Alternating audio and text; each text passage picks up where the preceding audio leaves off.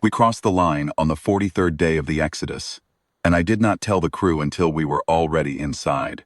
I know how that sounds. I know what the protocols required. Full disclosure, unanimous consent. The formal record logged in triplicate before the navigational commit. I had written those protocols myself, 20 years earlier, in a conference hall, on Veth Sorath, where the chandeliers were made of polished survey.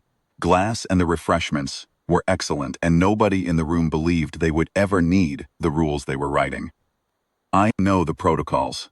I chose not to follow them. We had 12 ships and 4,011 souls aboard, and I had run out of directions that did not end in death, and the only one remaining was the one the charts marked with a red-bordered void and a single printed notation. Designation excluded. Navigational data available. Do not approach. The notation did not say why. It never said why. That, I had always thought, was the most frightening part of it. Not the prohibition, but the absence of reasoning. Every other forbidden zone in the Drethavain Compact's navigational registry came with a cause. Gravitational anomaly, unresolved territorial dispute, active stellar event, biohazard classification. You knew what you were not approaching and why you were not approaching it. The human sector had no explanation attached, only the designation, only the silence. I stood at the chart console for a long time before I gave the order.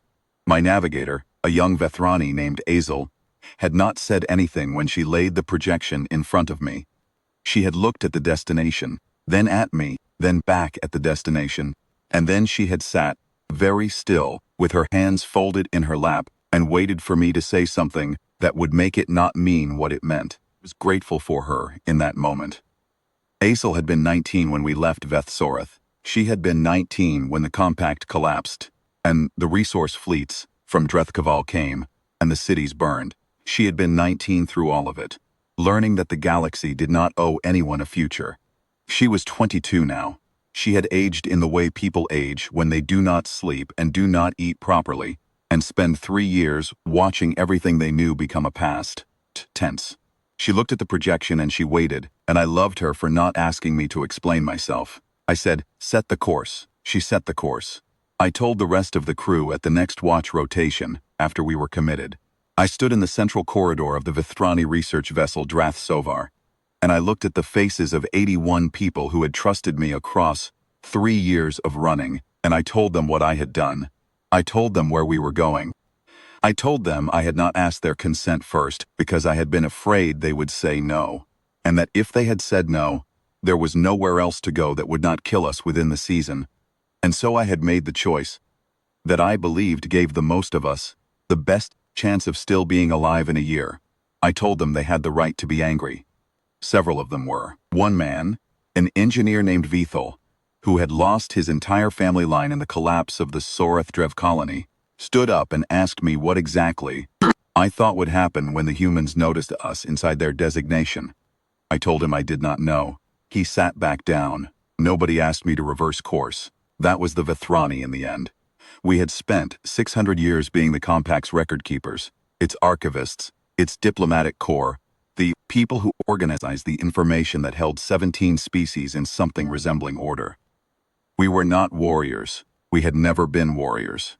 What we were, in the years after the collapse, was pragmatic in the cold, specific way that people become pragmatic when they have watched enough pragmatic things happen to other people and know exactly what the end of that road looks like. We weighed options. We chose the least bad one. We flew into the silence with our 81 crew and our 4,000 families packed into cargo bays, converted to living quarters, and our 47 children under the age of 10 who did not know yet that the galaxy was ending, and we flew in the direction that every navigational database in the known galaxy said we should not go, because the direction that every navigational database said we should not go was the only one that had not already tried to kill us. First thing I noticed about forbidden space was the quiet. Not quiet in the sense of an absence of sound. Ships are always quiet, in the sense that there is nothing to carry sound between them and the void. I mean, quiet in the electromagnetic sense, in the way that a sensor array reads a region and returns data, the constant low-level return of stellar noise and background radiation, and the faint, Ghost traces of communications traffic that bleeds out from inhabited space in every direction. In normal space, even uninhabited space, you can feel the galaxy's presence. You are never completely alone. There is always something at the edge of your instruments telling you that, somewhere, something is alive and radiating. In the sector the charts marked with the human designation, the instruments returned nothing. Interference. Not jamming. Not the white noise saturation you get near an active stellar event. Just nothing. As if the sector had been very carefully emptied of every frequency that would have told us we were not alone. Azel ran diagnostics twice. The instruments were functioning. The sector was simply not producing the returns we expected. She did not say anything about it. I noticed that she had started logging everything in the manual notation system alongside the digital record, the way Vethrani archivists used to do before the data integration protocols made it redundant. Belt and suspenders, as the old saying went. She was building a record that would survive the loss of the primary system, in case the primary system stopped returning data the way the probe data had stopped. We had sent probes ahead on day 1, standard practice. 3 survey drones, staggered at 6-hour intervals, programmed to return telemetry at 2-hour pings. First one stopped pinging at hour 4, the second at hour 6, the third at hour 3. None of them showed damage in the last data before they went dark. They simply stopped transmitting. The data cut off mid-sequence, the way a message cuts off when the sender puts down their instrument, not the way it cuts off when the instrument is destroyed. Vethel came to me after the 3rd probe and asked if I was revising my assessment. I told him I was not. He asked why. I told him that if the humans had wanted to destroy the probes would have been destroyed. Something choosing not to transmit was different from something being made incapable of transmitting. He thought about that for a while. Then he went back to engineering.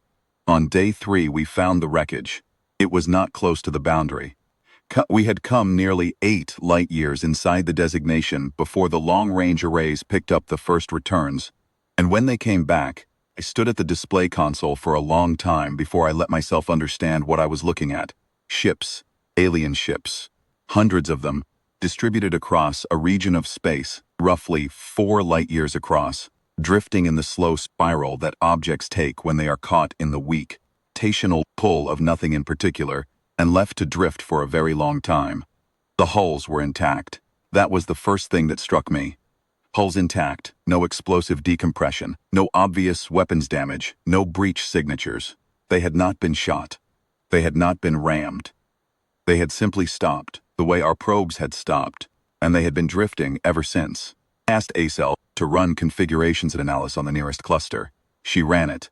She pulled the results up and looked at them, and then she looked at me, and her expression did something I had never seen it do before, was go completely still in a way that had nothing to do with professional composure. She said, "I recognize the Ordothi configuration." I did too. The Ordothi were a warrior species from the outer compact. I had read about them in the deep archives, past tense because the Ordothi no longer existed. They had been a significant power in the period roughly 300 years before the founding of Compact. They had built an expansion fleet of nearly 200 ships, one of the largest military mobilizations in the pre-Compact era, and had aimed it at what the contemporary records described only as the sector beyond the Vel-Karath boundary. The records after that point were sparse. The Compact's founding documents reference the Ordothi civilization in the past tense, the way you reference something that is no longer a present concern. Acel pulled up a second cluster. Keth Compact markings, she said, approximately 140 years ago, based on the decay signatures. A third cluster. She did not recognize those hull shapes. Neither did I. Neither did the archive system. Whatever species had built those ships, they had apparently not survived long enough to leave records that made it into the Vethrani archive. That was the moment I understood, with the specific clarity that you achieve when you have been telling yourself something is probably fine, and the world finally stops cooperating with that story. I understood that we were not the first species to have run out of options, turned toward human space. We were probably not even among the first 100. Other species, in their own moments of desperation or hubris or miscalculation, had made this approach before us. The Ordathi had come here with 200 warships. The Keth had come with what looked, from the configuration signatures, like a dedicated military strike force of perhaps 60 vessels. None of them had gone home. I stood at the console for a long time. Then I asked Acel how many Vethrani ships were in the cluster. She checked again. She said, "None that I can identify." I said, "Good. That means no one has tried this before and failed. It means we are the first Vethrani to be this desperate." She looked at me. I am not sure what she was thinking. I am not sure what I was thinking either, if I am honest. I know I was aware of the 47 children in the cargo bays, and I know I was aware of the drifting ships around us, and I know I was aware that I had committed us to a course I could not reverse, because we did not have the fuel to go back. That was the other thing I had not told the crew before we crossed the line. We had enough fuel to reach the human sector, or to retreat to the compact's edge, but not both. Once we were committed, we were committed. I had calculated that before I gave Asael the order, and I had decided that the truth of our options was not something I wanted the crew voting on. Fear was the only thing in the room with us. I am not proud of every decision I made during those years. I want to be clear about that. I am writing this record so that someone can read it and understand what we did and why, and I do not want to be remembered as someone who was always right. I want to be remembered as someone who was trying to keep 47 children alive, and who made choices toward that end, and who understood that some of those choices were wrong and made them anyway, because the alternative was to make no choices at all and watch everyone die. On day 5, we received the signal. It came on a frequency that I did not recognize from the active communications registry. Nothing in the current standard protocols, nothing in the compact's diplomatic spectrum. Acel ran it against the archive. She went very quiet while the archive processed, and then she said, in a voice that was carefully empty of inflection, "It matches a frequency range the deep historical files describe as pre-compact human communications infrastructure." I asked her how old that was. She said, "The notation suggests the frequency was in use approximately 800 years ago and was abandoned when humans stopped participating in galactic communications networks." I thought about that. Asked her what the signal contained. She said coordinates. Not a weapon discharge. Not a warning buoy telling us to turn back. Not an alarm. Coordinates. The signal was a precise navigational package, a destination, marked and waiting for us, transmitted on a frequency that hadn't been used in 800 years in the rest of the galaxy, but was apparently still active here, as if someone had been maintaining it for exactly the moment when a ship with old enough archive records would come through and need to know where to go. I did not want to follow it. I want to be honest about that. Every instinct I had spent 20 years cultivating as a diplomat said, do not follow an unmarked invitation from an unknown sender into deeper uncertainty. Every tactical calculation I had spent 3 years refining as a refugee said, you have no fuel to go sideways, you have no fuel to go back, the only useful direction is forward, and someone has just given you a forward. I told Acel to set the course for the coordinates. She set the course. We moved for 2 more days through the drifting graveyard. The Ordathi ships were around us for the better part of a day. 140 vessels in slow rotation, their hull lights long dead, their drives cold, their cargo and crew sealed inside them as if time had simply stopped. The largest of them was enormous. A command-class vessel, by the configuration, the kind of ship that was built to lead a fleet, rather than follow one. Its hull was painted in the deep ochre that the pre-compact survey records associated with Ordathi military command. Though the paint was old enough that the color had gone flat and gray at the edges, bleached by centuries of void radiation, the forward-facing weapon arrays were still in their housings. They had not been deployed. That was what I kept coming back to. The weapons had not been deployed. I did not know exactly what that meant. It could have meant many things.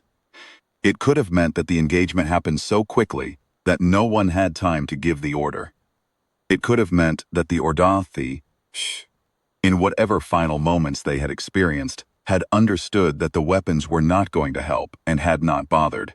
Or it could have meant, and this was the interpretation I could not entirely dismiss, looking at the cold purposefulness of those sealed hulls, that the engagement had never been a conventional engagement in the first place, that the category of engagement the Ordothi had prepared for was simply not the category of thing that had happened to them.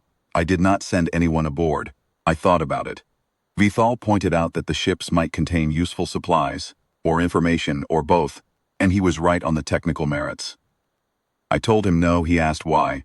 I said because we are here to ask for something, and I will not begin by picking through the pockets of the people who asked before us and did not come back. He thought about that. He didn't argue. The second cluster, the Keth ships, passed us on the fourth day of transit. Further off to the starboard side, a scatter of dark shapes against the dim field. Azel added their configuration data to the record. I stood at the viewport and looked at them until they were out of visual range. The Keth had been a significant industrial power. They had built things that lasted. Their ships, 140 years dead in the dark, still looked solid and purposeful, the way things look when they were built to last. I wondered what they had come here wanting. I wondered if the wanting had seemed reasonable to them, the way mine seemed reasonable to me. Beyond the Keth cluster we passed through a region of space where the long-range arrays picked up nothing, all for several hours, and then the arrays returned a signature I did not recognize. And when I asked Azel to classify it, she sat with the analysis for a long time before she said, debris field, very old. The material signatures suggest organic compounds broken down by long-term void exposure. She said it carefully. The way she said it left no question about what kind of organic compounds, or where they had come from. I asked her to note the location in the record and keep moving. She noted it and kept moving. On the fifth day we passed close enough to a solitary vessel that the visual arrays could resolve it without enhancement. It was small. Much smaller than the Ordothi and Keth ships, barely the size of a large courier. The kind of vessel a species sent for speed rather than force. The hull was a pale blue-gray material I did not recognize. There were no weapon housings. There were no military markings. On the side of the hull, faded but legible in the forward light of the distant star, were markings that Soth Errol identified as a script variant she had seen in the deep archive's pre-compact records, associated with a species from the outer edge of what had eventually become the Compact's northwestern survey zone.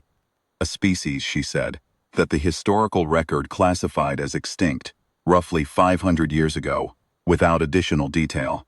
I looked at the small ship for as long as it was visible. It was a courier's hull. It had come here without weapons. It was in the graveyard with the rest of them. I did not ask Azel what she thought that meant. I did not need to. On day 7 we came out of the last transit, and Earth was there. I had read every description of it in the Vethrani archives. I had read the accounts of the Compact's earliest survey teams, who had cataloged the system from outside the designation boundary before the Hawk designation was applied and the surveys stopped. I had read the anecdotal records, the second-hand accounts from species that claimed to have seen it, traveler stories that circulated in the Compact's diplomatic circles, the careful notations of historians who had assembled fragments. I thought I knew what to expect. It was smaller than I expected. Not small. A large terrestrial world with significant ocean coverage, a single large moon in close orbit and a second smaller one further out, a standard G primary star in comfortable middle age. By the metrics the survey teams used, it was a pleasant world, well-watered, diverse biome distribution, nothing unusual in the stellar neighborhood. You would not look at the system data and think, this is where the galaxy stops. This is the place that has erased civilizations. You would look at the system data and think, habitable, probably inhabited. Approach with standard first contact protocols. The thing that undid the expectation was what was not there. No orbital defense grid, no weapons platforms in high orbit, no visible armada at the Lagrange points, no challenge beacon, no quarantine buoy, no navigational advisory network, nothing. The planet turned in its primary's light, and the moon turned around the planet, and the second moon described its slower arc, and nothing appeared to be doing anything about us. I found that more frightening than guns would have been. I know that sounds strange. Guns mean that someone has decided you are a threat, and is treating you accordingly, and that implies a set of calculations and responses you can work with. Nothing means that someone has decided you do not yet require a response, which implies a set of calculations you cannot see and cannot address because you do not know what they contain. What I could see was the surface, orbit, even without enhancement. The world looked inhabited in the deep, settled way that worlds look when they have been inhabited for a very long time. Not the raw edge of a young colony, not the geometric regularity of a recently constructed settlement, but something older and more diffuse, a civilization that had grown into its world rather than being imposed on it. There were lights on the night side, not the concentrated cluster lights of a city-dense civilization, pressing every hectare into service. A spread of light that suggested distributed habitation across enormous distances. The way a species looks when it has had enough time to spread slowly and thoroughly, rather than rushing to fill space. The lights were the lights of something patient. Something that had made itself at home so long ago that the home had grown around it. SEAL found the ships on a passive sweep about 20 minutes after we entered orbit. They were in the shadow of the larger moon, so close to the lunar body that they registered as surface features until the array resolved them. 7 ships. Large. Not warship large in the Orthothi sense. Not the massive weapons platforms the old descriptions in the compact tactical files sometimes referenced, but substantial. The size of significant industrial vessels, built for duration rather than speed. The hull material was the thing that stopped me. Aesel put the spectral analysis up on the display, and I looked at it and I did not know how to read it. The hull material did not match any alloy or composite in the Vethrani Archives construction database. Not close. Not a variant I could map to a known process. Something the archive did not have a category for. In a database that had 1,700 years of accumulated construction records from across the compact, I had brought an archive specialist with us, an older Vethrani named Sotharil, who had spent 40 years curating the deep historical files before. The collapse had made archives seem like an irrelevance. I showed her the spectral analysis. She studied it for a long time without speaking. Then she said, "The closest match I can find in the record is a construction method described in the Velamoran pre-compact survey files. Those files are from roughly 1,400 years ago, and the Vel Amoran noted it as a method they observed from a distance and could not replicate." She paused, she said. The technique was described as old at the time. I sent the formal contact transmission. I used the standard compact first contact protocol, identification, species, purpose of visit, request for response. It felt almost absurd, using a protocol written for standard first contact situations in this context, like bringing a greeting card to a catastrophe. But it was what I had. Seconds after I sent it, a reply came. Not on the first contact frequency. On a different frequency, a narrowband transmission aimed precisely at the Drath Sovar, and the voice that came through it was not speaking the compact's diplomatic common tongue, the standard lingua franca that had been assembled over 200 years of interspecies trade and negotiation, and that every compact species knew, at least functionally. It spoke Vethrani, old Vethrani. The formal register of the court language as it was spoken 300 years ago, before the simplifications and the colloquialisms, and the 3 rounds of official vocabulary reform that had, by the time I was trained in the diplomatic corps, left old Vethrani as something you studied in historical linguistic seminars rather than anything you actually used. The accent was specific. My grandmother's generation had spoken with that accent. My grandmother had been born on the outer colony of Drathvel, and Drathvel had had its own minor dialect, a subtle shift in the sibilants, and a slight lengthening of the back vowels that I had grown up hearing and had not heard in 20 years. The voice sounded like my grandmother. I stood at the communications console, and I felt something I had not felt in a very long time, which was the specific dislocation of a thing that should not be real turning out to be real. I had spent 3 years operating in pure pragmatics, making decision after decision in a world where the only real question was, what kept the most people alive for the most time? I had put the emotional part of myself in a box and locked it and done what needed to be done. And for 3 years that had worked. And then, a voice, speaking my grandmother's dialect, came out of the communications array from a ship parked in the shadow of a moon around the planet. that no one in the galaxy was supposed to be alive on, and the box cracked. I did not let it show. I steadied my hands on the console and I indicated to Acel that I was taking the transmission personally. And she nodded and gave me the channel. The voice asked one question. It asked, "What do you need?" Not, "Who are you?" Not, "Why are you here?" Not, "Identify yourself and state your authorization." What do you need?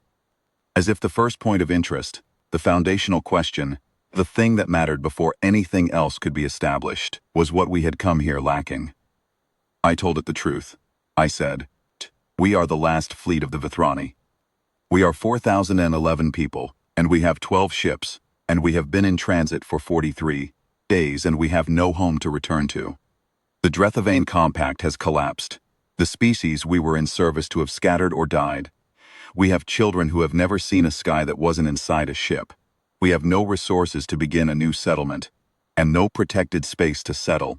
We are asking for refuge. We are asking for a place to go that is not killing us." There was a silence after I said this, not a long silence, 12 seconds which I counted. Then the voice said, "That is a reasonable thing to need." I had prepared a statement. I had been preparing it for most of the 3 years since the collapse, refining it in the small hours when I could not sleep, building the argument for Vithrani survival out of whatever materials were available. I had prepared a listing of everything the Vithrani had to offer. Our archive, 600 years of compact records and diplomatic data, and the accumulated navigational knowledge of 17 species. Our technical specialists presented some of the most experienced administrative and archival expertise in the old Compact's central systems. Our specific diplomatic capabilities, which were substantial, and which might be useful to a civilization that had maintained its isolation for centuries and might at some point find value in a well-trained intermediary corps. I had the argument ready. I had been going to make the case. The voice had said, "That is a reasonable thing to need." It had not asked me to make a case. I tried anyway. I said, "I want you to understand what we are offering in exchange." I said, "We are not asking for charity." I said, "We have value. We have the archive. We have expertise. We have people who have spent their careers," the voice said gently. "I heard you the first time." I stopped. It said, "We are aware of what the Vithrani archive contains. We have been aware of it for quite some time." I said, "How long?" It said, "We have records of the Vithrani going back further than your own archive does." I did not have an answer for that. I stood at the communications console, and I tried to locate the thread of the speech I had prepared, and I could not find it. Because everything I had planned to say had been predicated on a set of assumptions that the voice was quietly dismantling. And I had been working for 3 years on the assumption that the humans, if they existed, if the legend was real, would be powerful and dangerous but ultimately comprehensible, ultimately operating within the logic of resource and territory and negotiation that every species operated within, and the voice was not making me feel that this assumption was correct. I said, "What do you want from us?" The voice said, "I want you to listen to something. Then you can decide what you want to do." I said, "I'm listening." It said, "You came here because you had nowhere else to go. That is true, and we know it. You came here because you had heard the legend, and the legend said that human space was the one place in the galaxy that had remained intact through every collapse and every war and every extinction event that had touched the species around it. That is also true as far as it goes. What the legend does not say, because the legend was assembled from the outside, from the observations of people who were trying to understand something they were not inside, is why that is the case." I waited. It said, "The galaxy is afraid of us because we are strong." That is the version of the story that travels. That is the version that becomes a warning in the Elder's mouth, and a notation on the chart, and a designation in the navigational database. And it is not wrong exactly, but it is incomplete in a way that matters, I said. "Then tell me what is complete," it said. "The Vithrani archive has records of 12 distinct civilizational collapse events in the last 2,000 years. You documented all of them. You know the shape of collapse, the way it begins, the way it cascades, the way it ends. You know it from the outside." I said, "Yes." It said, "We know it from the inside." The silence that followed lasted long enough that I almost spoke into it. Then it said, "The collapse that the compact just went through, the resource depletion cascade, the political fracture, The military conflicts that followed the fracture. That pattern is approximately 40,000 years old. We have seen it before. We have been through it, not once. The records we keep are not records of what other species have done. They are, in part, records of what we have done, to ourselves, in the periods before we understood what we were building and why it kept failing. I said, "How many times?" It said, "More than once is the answer that matters. The specific number is less important than what we did with the knowledge." I said, "Did you do with it?" It said, "We decided to survive it, not avoid it. Survive it. Every collapse teaches you something that comfort cannot teach you. You learn the difference between what is structural and what is decoration, in your civilization and in yourselves. You learn what cannot be taken from you, because it is not located in a place that can be taken.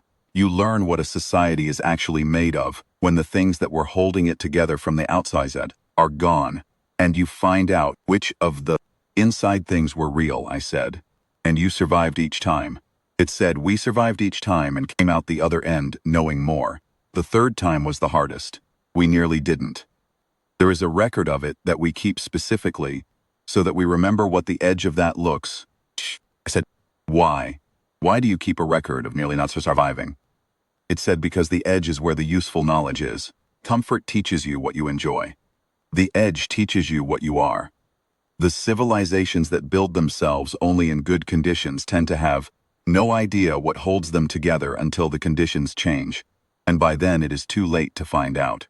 We have been to the edge enough times to know exactly what holds us. We know because we tested it." There was a quality to the voice that I did not have a word for at the time.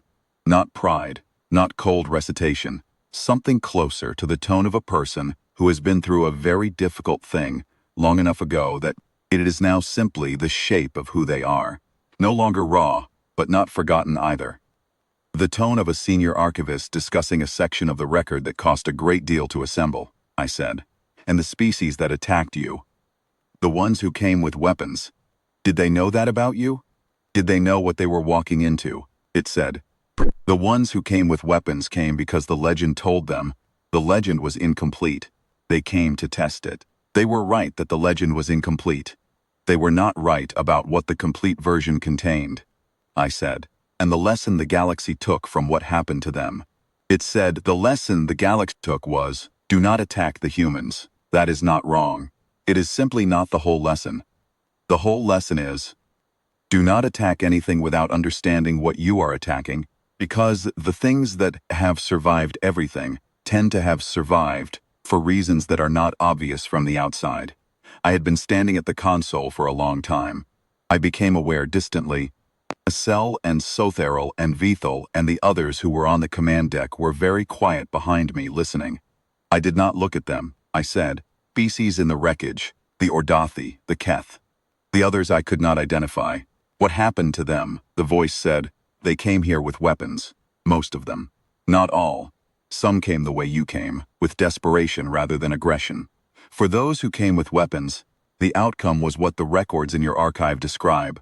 They engaged, and the engagement ended as such engagements end, and they did not return. For those who came with desperation, it said this carefully.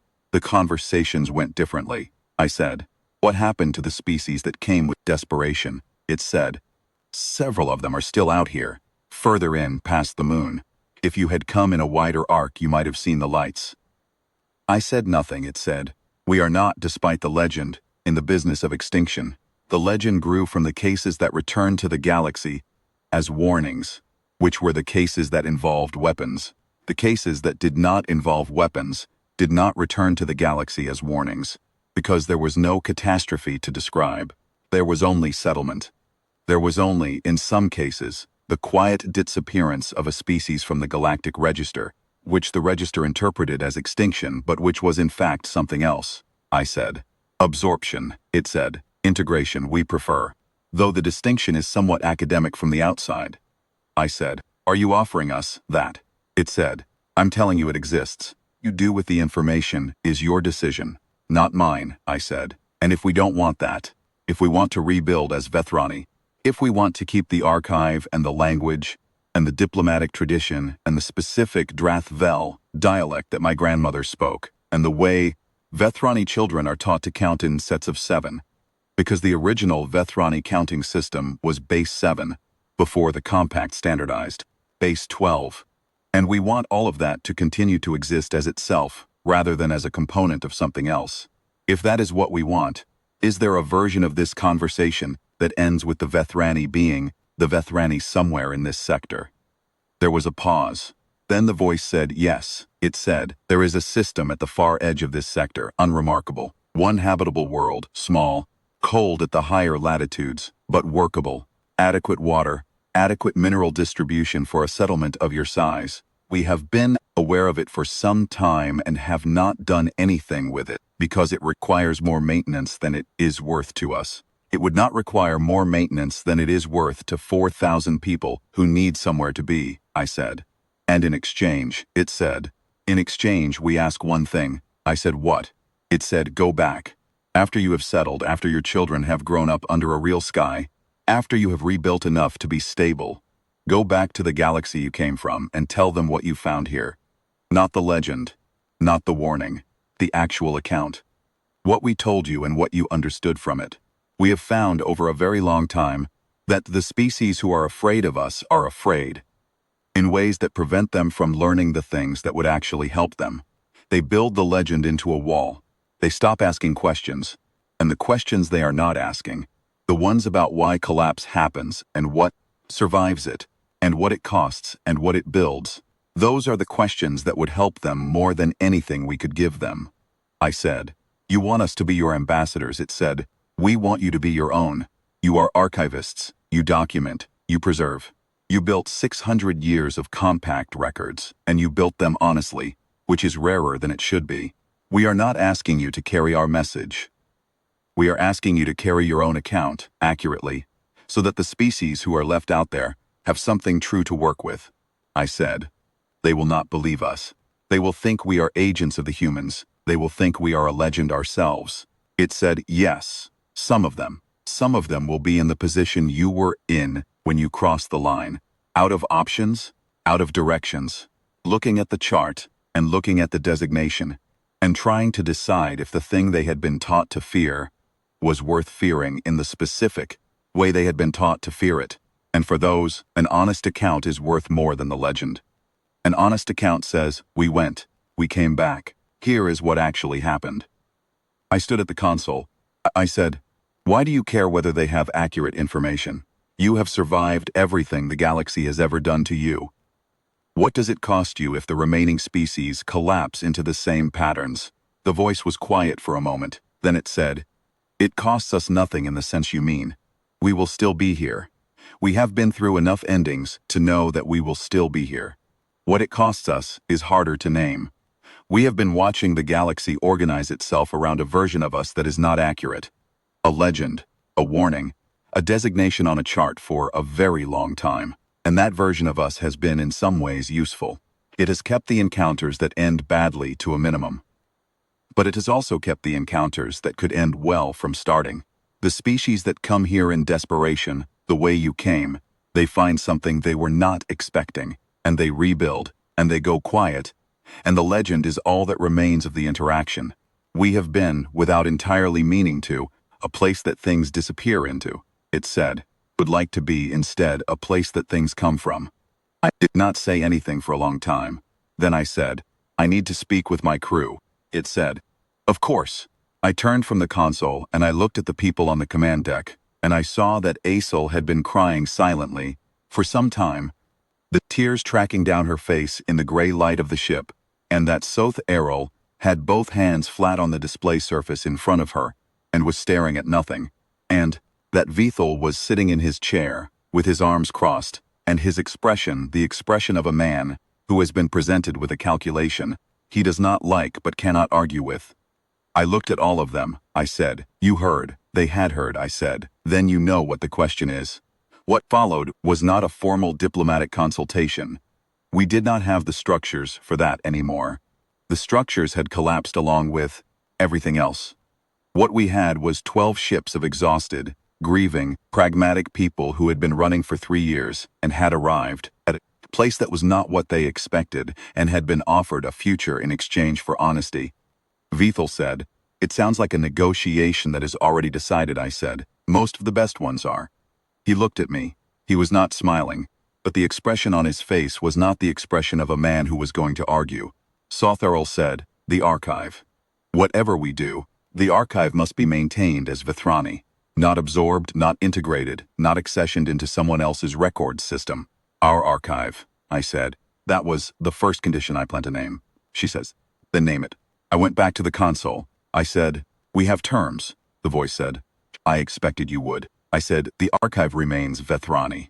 Our records, our cataloging system, our protocols, not integrated, not absorbed. We maintain it as our own, and we continue to add to it as our own.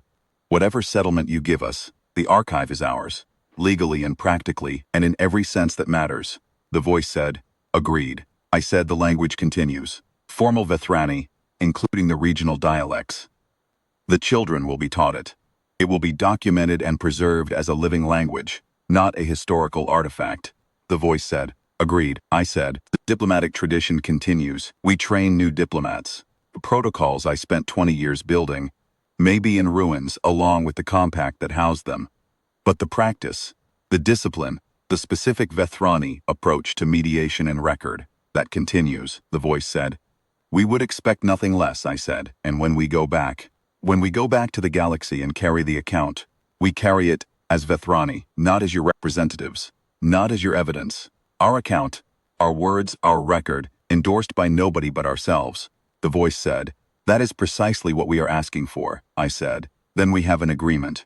The voice said, "We will transmit the coordinates for your new system. The transit will take approximately 6 days at your current drive configuration.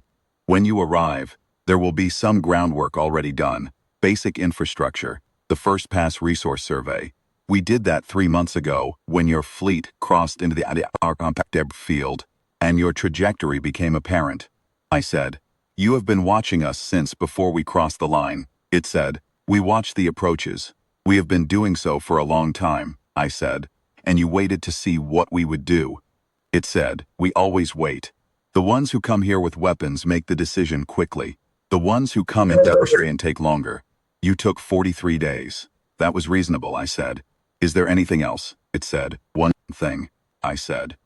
It said, "You asked why the Vethrani have no record of attempting this approach before. You asked your navigator whether any Vethrani ships appeared in the wreckage, and she told you no." I said, "Yes." It said, "There is a reason for that." I said, "What reason?" It said, "The Vethrani were the ones who wrote the designation, the original notation on the navigational chart. Designation excluded, no navigational data available.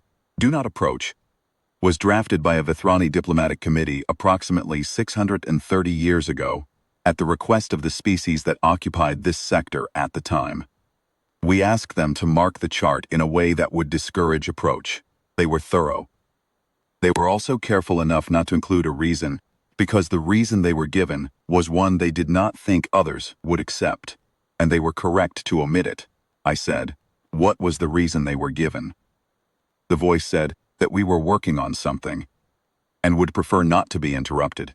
The transmission ended there, not abruptly, gently the way a teacher closes a door. The channel went quiet, and the 7 ships in the shadow of the larger moon continued to drift, and the planet continued to turn in its primaries, light, and we sat in orbit around a world we were not permitted to descend to, around a species we had spoken to and still did not understand. And I stood at the console and looked at the coordinates they had sent us, and I thought about 600 years of the diplomatic record and the committee that had written the designation, and the careful archivists who had omitted the reason, because the reason was one they had been given in confidence and had kept for 6 centuries. And I thought about what it meant that they had been asked not to explain. I thought about that for a very long time. Azel set the course for the new coordinates without being asked. She was good at that. Knowing when the decision had been made and what the decision was without needing it said. I watched her hands on the navigation console, and I thought about how much I would miss it. She had a sky above her, and no longer needed to know which heading to plot to avoid dying. The 7 ships watched us go. I stood at the viewport until they were gone. The planet receded slowly, not as fast as I expected, because We were holding a gentle departure arc rather than burning hard away, and for longer than I had anticipated, and the planet was simply there in the viewport, turning blue and green and white and patient. I watched it the way you watch something you know you will not see again, storing the details against the future, proportions of ocean to landmass. The cloud patterns, which were complex and layered in a way that spoke to an active climate system, a world that was thoroughly alive. The larger moon hanging in sharp contrast against the dark, pale smear of the second moon at a greater distance. I thought about the committee, the Vethrani diplomatic committee that had sat in a conference hall somewhere. Perhaps on Veth-Sorath, perhaps on one of the outer colonies, perhaps on a ship not entirely unlike the Drath-Sovar, and had received a request and had honored it for 630 years. They had written the designation carefully and well. They had kept the reason out of the record. They had, in their professional discipline, done exactly what a good diplomatic corps does with a confidence. They had kept it. I had spent 20 years in that corps.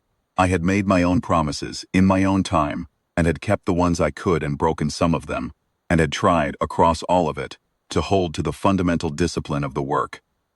That information given in confidence stays given in confidence, and that the record contains what the record needs to contain and no more. I understood those archivists, standing at the viewport, watching the planet get smaller. I understood why they had omitted the reason, not because they were afraid of it, though perhaps they were. Because they had been trusted with it, and trust was the entire foundation of what the Vethrani Corps was built on, and if they could not keep a confidence given by a species asking for quiet while it worked, they could not keep anything. 630 years. Whatever they were working on, it had been in progress for 630 years before we arrived, and the voice had said would prefer present tense. Still in progress. I turned from the viewport before the planet was fully out of visual range. There are some things you do not need to see all the way to the end. 3 months later, I am writing this in a building. That is still strange to say. A building. We built it ourselves out of the materials the survey infrastructure had identified and the techniques the Vethrani archive contained for first-generation construction on temperate worlds. It is cold here, as promised. The higher latitudes are brutal in the seasonal cycle, and we are in what the survey data calls the mid-temperate band, cold and workable intersect. The building has walls. It has a roof. It has a floor that is not a deck plate.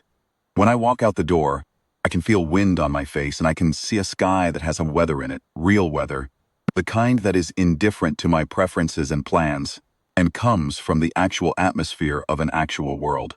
The 47 children are outside most of the time. We cannot keep them in.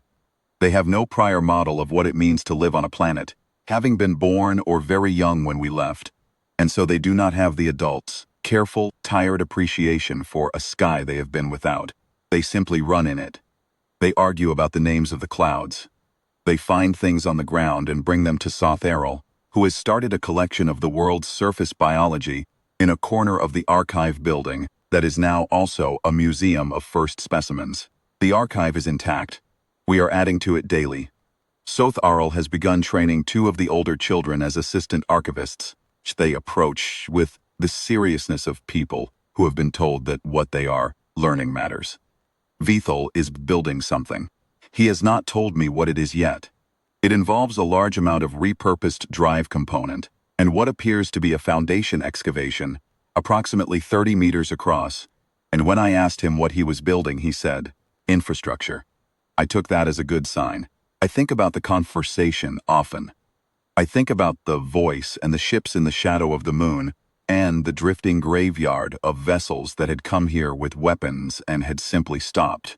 And I think about the ones who came without weapons and had found something other than stopping.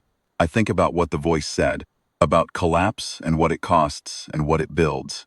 Think about the Vethrani committee that wrote the designation 630 years ago and kept the reason to themselves, and I wonder what they understood that they chose not to record. I think about the thing the voice said at the end. Working on something, it had said, prefer not to be interrupted. I have turned that sentence over in my mind many times. It is, I think, the most frightening thing I was told during the entire conversation. Not because of what it implies about human capability or human intention. I have by now updated my assessment of both of those considerably.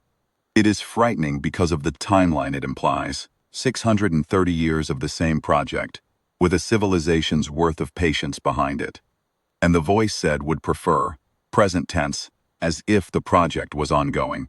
I do not know what they are building. I do not know if I will know in my lifetime. I have decided that this is acceptable. There are things in the galaxy that are above a diplomat's clearance, and the galaxy is better for some of them remaining that way. What I know is this. The species who crossed the designation boundary with weapons came to prove something, or to take something, to end something that they were afraid of. The legend the galaxy built around what happened to them is not wrong, but it is incomplete in the way the voice described. It leaves out the shape of the thing. The actual nature of what humanity is not the strongest, or the most dangerous, or the most ancient, though it is perhaps all three of those things, is most fundamentally something that has looked directly at its own ending more than once, and come out the other side still recognizably itself. That is what no one in the rest of the galaxy has managed.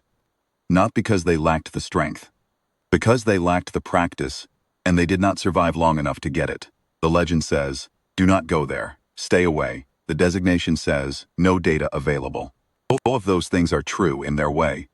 But the thing they do not say, the thing I am writing down here, in the archive building on a world that smells like cold water and new soil, 47 children running outside under a sky they are still learning the names for, is that what lies inside the designation is not a wall, but a record. Not a prohibition, but a body of knowledge that was earned the hardest possible way, kept for the use of anyone willing to pay the price of asking for it honestly. We went, we asked honestly, we came back. When we are ready, we will go back to the galaxy and say so. I do not know how many of the remaining species will believe us. I know that some of them will be in the position we were in, out of options, out of directions, looking at the chart. And for those, I intend to give them something more useful than the legend they already have. I intend to give them the account. The rest is up to them.